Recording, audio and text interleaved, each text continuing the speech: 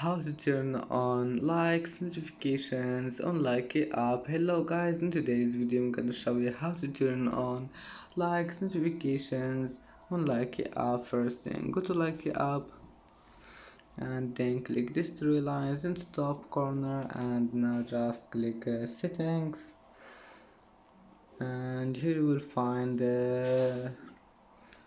this one here, notifications. Click on it and then just here you will find likes. All you need to do is just click on it, one click, and as you see, likes have been turned on, and that's it.